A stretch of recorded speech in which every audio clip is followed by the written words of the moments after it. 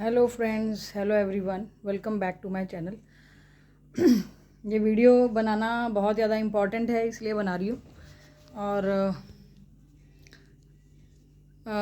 कुछ चीज़ों से आप लोगों को अवगत कराना चाहूँगी। आपको पूरा सिनेरियो बताना चाहूँगी कि एग्जैक्टली कितनी ज़्यादा प्रॉब्लम होती है। एक अभी हमको यहाँ अपने अगर घर आना हो तो उसके लिए कितनी जद्दोजहद करनी होती है, वो मैं आपको बताना चाहूँगी। एग्जैक्टली 29 ऑफ अगस्त का मेरा टिकट था from Ludhiana to new Delhi station. आप बिलीव नहीं करेंगे कि मेरे को 6 to 7 आवर्स लग गए यहाँ पहुँचने में। और जिसमें मेरे को थोड़ा अपना पर्सनल काम भी था, उसका आप 1-2 घंटा लगा लीजिए, 1-1.5 घंटा लगा लीजिए उसका भी। फिर भी आप लगाइए कि सुबह 11 बजे से लेकर मैं 6:30 बजे अपने घर पहुँची हूँ शाम को। और रास्ते में क्या क्या तकलीफ़ें, क्या क्या परेशानियाँ झेली, उस सब के बारे में आपको बताना चाहूँगी मैं। पहली बात तो स्टेशन से धनकोर के लिए जो ट्रेन्स हैं, ये मैं पर्टिकुलरली बताना चाहूँगी कि रेलवेज़ है, रेलवेज़ के लिए एक सुविधा यहाँ पे भी होनी चाहिए कि धनकोर के लिए ज़्यादा से ज़्यादा ट्रेन्स हों, क्योंकि यहाँ पर भी बहुत बड़ी मात्रा में लोग रहते हैं और जिनका घर है यहाँ ग्रेटर नोएडा में, उनके लिए बहुत ज़रूरी है कि यहाँ तक उनके लिए सुगम आगमन हो। ठीक है, सुगम आगमन रेलवे का होना बहुत ज़रूरी है। यहाँ पर यातायात के साधन वैसे ही बहुत कम हैं और जो बंदा जो है डिपेंड होता है सिर्फ इसके ऊपर डिपेंड है, प्राइवेट व्हीकल के ऊपर, पब्लिक व्हीकल के ऊपर जो बंदा डिपेंड होता है, उसके लिए बहुत मुश्किल है कि वो ट्रैवलिंग कैसे करेगा। तो इसीलिए मैं आपको बताना चाहूँगी कि वहाँ से जो मैंने ट्रेन इंक्वायरी में वहाँ पर पता करा तो उन्होंने बोला शाम को 6 बजे ट्रेन है, उससे पहले कोई ट्रेन नहीं है। और अर्ली मॉर्निंग कोई ट्रेन थी जो ऑलरेडी आई थिंक जा चुकी थी। तो हैंड्सफॉर्थ मेरे को कुछ समझ में नहीं आया। वहाँ से फिर मैंने अपना एग्जैक्टली वहाँ से मैंने रिक्शा लिया, नॉर्मल एक रिक्शा लेकर के मैं वहाँ पहुँची। अपना जो मुझे बैंक का काम था वो मुझे करना था। उसके बाद थोड़ा बहुत कुछ खाने के लिए अपना वहाँ पे खाया, क्योंकि मैं बहुत लंबे सफ़र से आ रही थी तो ऑब्वियसली थकावट हो जाती है थोड़ी सी। तो वो सब करने के बाद, वहाँ पहुँचने के बाद, ये सब करते करते मुझे टाइम तो लगता ही है ना। तो देन ये कंप्लीट हो गया। फिर मेरे को ये था कि फिर ये चैलेंज था कि मुझे वहाँ से इधर को आना था, and that is a very long journey, it's not a small journey. क्योंकि कनॉट प्लेस ऑल्दो तो हार्ट ऑफ सिटी है, हार्ट ऑफ द कैपिटल है, हार्ट ऑफ इंडिया कह लीजिए इसको, क्योंकि कैपिटल सिटी है ये इंडिया की। मगर वहाँ से अभी भी कुछ ऐसी जगह हैं जहाँ पर अभी तक सुविधाएं नहीं हैं प्रॉपर, जिसकी वजह से बहुत दिक्कत होती है। खैर, वहाँ से मैंने अपना काम कंप्लीट करा। तो उसके बाद मुझे ये ध्यान था कि वहाँ से बोटैनिकल गार्डन के लिए बसें चलती हैं, ज़रूर चलती होंगी नोएडा के लिए, और वहाँ के लिए बसेस चलती हैं, एक माइंड में था मेरे। तो मैंने सोचा कि चलो लेट्स गो। देन मैंने बस ली वहाँ से। डायरेक्ट तो नहीं मिली मुझे, क्योंकि वहाँ बस स्टॉप पर कई लोग खड़े हुए थे जिन्होंने मुझे बोला कि मैम आपको डायरेक्ट बस नहीं मिलेगी। मैं लक्ष्मी नगर तक गई, लक्ष्मी नगर में मैं उतरी और वहाँ से फिर मेरे को कनेक्टिंग आगे के लिए मयूर विहार के लिए मिला। तो मयूर विहार एक्सटेंशन से मैंने दोबारा से ट्रेन पकड़ी।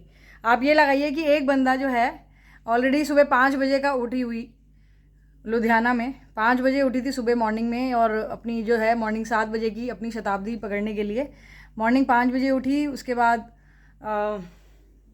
आप देख सकते हैं कि कितनी जद्दोजहद, मतलब एग्जैक्टली 12 घंटे बाद मेरे को सब्र मिला कि मैं अपने घर पहुंच पाई।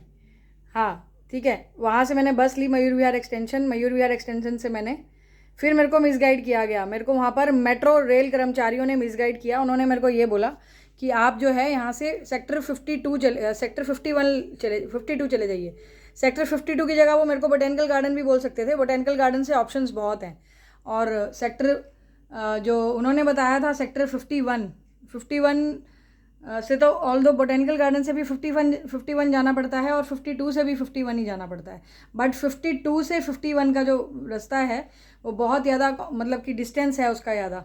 और बोटैनिकल गार्डन से तो बहुत सारे ऑप्शंस आपको मिलते हैं। आपका मन करे तो आप ट्रेन मेट्रो लें, एक्वा लाइन। अगर आपका मन ना करे तो आप बस ले सकते हैं डायरेक्ट, वहाँ से 30 रुपीज़ में आप परी चौक पहुँचते हैं, और वो बहुत ज़्यादा कन्वीनियंट होता है। उसमें आपको चलने की भी ज़रूरत नहीं है, जस्ट आप बोटैनिकल गार्डन मेट्रो से नीचे उतरेंगे तो वहाँ पर लाइन लगी होती है।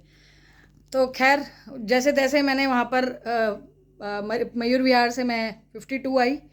बहुत लंबा सफ़र था, टायर्ड थी बहुत ज़्यादा। ठीक है, 52 पहुँची। 52 के बाद मैंने वहाँ से वॉक किया। वॉक करने के बाद मेरे ख्याल से 1-2 किलोमीटर वॉक करने के बाद 51 था। 51 से मैं फिर 51 से मेरे को एक्वा लाइन मिली। एक्वा लाइन परी चौक के लिए एक्वा लाइन लेकर मैं वहाँ उतरी। उसके बाद वहाँ से मैंने मेट्रो से उतर के आप फिर वहाँ से जद्दोजहद है, वहाँ पर डायरेक्टली वहाँ से कोई बंधन बलूखेड़ा के लिए भी नहीं मिलता है। आई बिलीव कि आपको सुन के थोड़ा अटपटा लग रहा होगा, बट ये डेली रूटीन है लाइफ की अपनी, और ये शेयर करना ज़रूरी है आप लोगों के साथ। अगर कोई ऐसी चीज़ है जो शेयर करने से दूसरे को फ़ायदा हो, वो चीज़ ज़रूर शेयर करनी चाहिए। तो ये आप सबकी फ़ायदे के लिए ही मैं बता रही हूँ। ये वीडियो इसीलिए बन रहा है कि आप लोग अवेयर हो पाएँ कि अभी ट्रांसपोर्टेशन यहाँ पर इतना ज़्यादा घन्य है, इतना ज़्यादा डिफ़िकल्ट है फॉर अ नॉर्मल पर्सन, एक आम आदमी के लिए अभी यहाँ पहुँचना बहुत मुश्किल है। ठीक है, और जैसे तैसे मैं परी चौक पहुँची। वहाँ से फिर मैंने धनकोर के लिए जैसे आते हैं शेयरिंग ऑटो, और कोई ऑप्शन तो है नहीं। अगर आप वैसे जाते हैं तो वो 300 रुपये से कम नहीं मांगते हैं। ठीक है, तो वहाँ से धनकोर से फिर मैं फाइनली अपने घर आई बल्लूखेड़ा। मतलब बल्लूखेड़ा एक गांव के साथ हमारा जो है अस्तित्व जुड़ा हुआ है। इस सोसाइटी का कोई अस्तित्व नहीं है फ़िलहाल, कोई इसका नामकरण नहीं है, कोई नाम नहीं है। आप इसको यमुना अफोर्डेबल हाउसिंग सोसाइटी बोल सकते हैं, सेक्टर 22D। जबकि ये आप सोचने वाली बात है कि ये यमुना की पहली रेजिडेंशियल कॉलोनी है, तब भी इसकी कोई पहचान नहीं है अभी तक। इतनी ज़्यादा हम लोगों ने मेहनत करी, इतनी ज़्यादा हमने धक्के खाए, इतना ज़्यादा संघर्ष कर रहे हैं सारे लोग, बट अभी भी इसको पहचान दिलाने में अभी भी हम असमर्थ हैं। इसका प्रॉपर नेम होना चाहिए, इसका प्रॉपर एड्रेस होना चाहिए, सब कुछ होना चाहिए ताकि किसी को भी आने में प्रॉब्लम ना हो। यहाँ पर मेट्रो हालांकि परी चौक तक आ चुकी है, परी चौक से यहाँ पर आने में बहुत डिफ़िकल्टी होती है। और वो जो परी चौक वाली लाइन है कनेक्टिंग, वो बहुत बेकार लाइन है, हद से ज़्यादा बेकार लाइन है। पहली बात तो क्या है कि that is a different aqua line है। ब्लू लाइन से हटकर आपको दोबारा नया टिकट लेना पड़ता है, वो डिस्कनेक्शन होता है वहाँ पर। और अभी ऑल्दो वहाँ काम चल रहा है, फ्लाईओवर बन रहा है, जिससे कि अंदर ही अंदर आप जैसे रजौरी गार्डन में है, अंदर ही अंदर आप अपना इंटरचेंज कर सकते हैं मेट्रो, आपको बाहर निकलने की ज़रूरत नहीं पड़ेगी। खैर, उम्मीद करते हैं कि जल्दी इसके ऊपर काम होगा और जल्दी हमको यहाँ पर यातायात की एटलीस्ट हमें परेशानी नहीं होगी।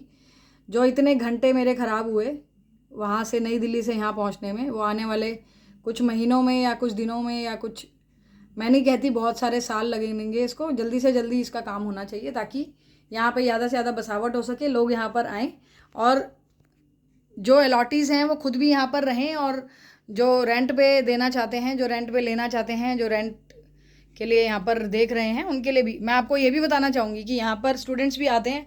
और स्टूडेंट्स, कुछ ऐसे स्टूडेंट्स से मैं मिली हूँ जो गलगोटिया, नोएडा यूनिवर्सिटी है ना, और एक और यूनिवर्सिटी है नाम गौतम बुद्ध नगर यूनिवर्सिटी, तो बहुत सारी यूनिवर्सिटीज़ के स्टूडेंट्स हैं जो ऑलरेडी इतना मनी पे कर रहे हैं ऑलरेडी इन पीजी और रेंट पे बहुत ज़्यादा पे कर रहे हैं। तो उनके लिए